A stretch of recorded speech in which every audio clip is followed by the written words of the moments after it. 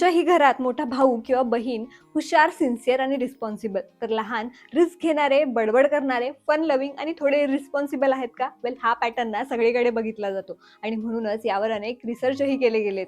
रिसर्चमधून हे समोर आलं की खरं तर आई वडील ह्या फरकाला जबाबदार असतात. अनेक स्टडीजमध्ये बघितलं गेलं की प्रत्येक जन्माला येणाऱ्या बाळाबरोबर आई वडिलांचं वागणं बदलत असतं.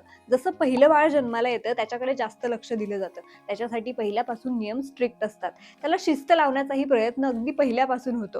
अकॅडमिकलीही त्याने चांगलं करावं हे प्रेशर त्याच्यावर जास्त असतं आणि या गोष्टींमुळेच त्याचं मेंटल स्टिम्युलेशन जास्त होतं.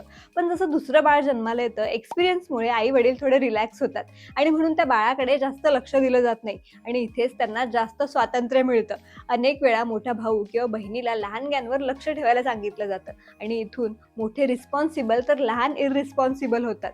तसंच मोठ्या भावाने किंवा बहिणीने केलेल्या चुका आई वडिलांनी बघितलेल्या असतात आणि म्हणून जेव्हा लहान तो करतो त्यांना फारसं नवीन त्यात काही वाटत नाही आणि म्हणून लहानांना शिक्षाही कधी कधी मिळत नाही. तर हे माझ्या बाबतीत 100% खरं आहे. तुमच्याही बाबतीत आहे का? कमेंटमध्ये सांगा.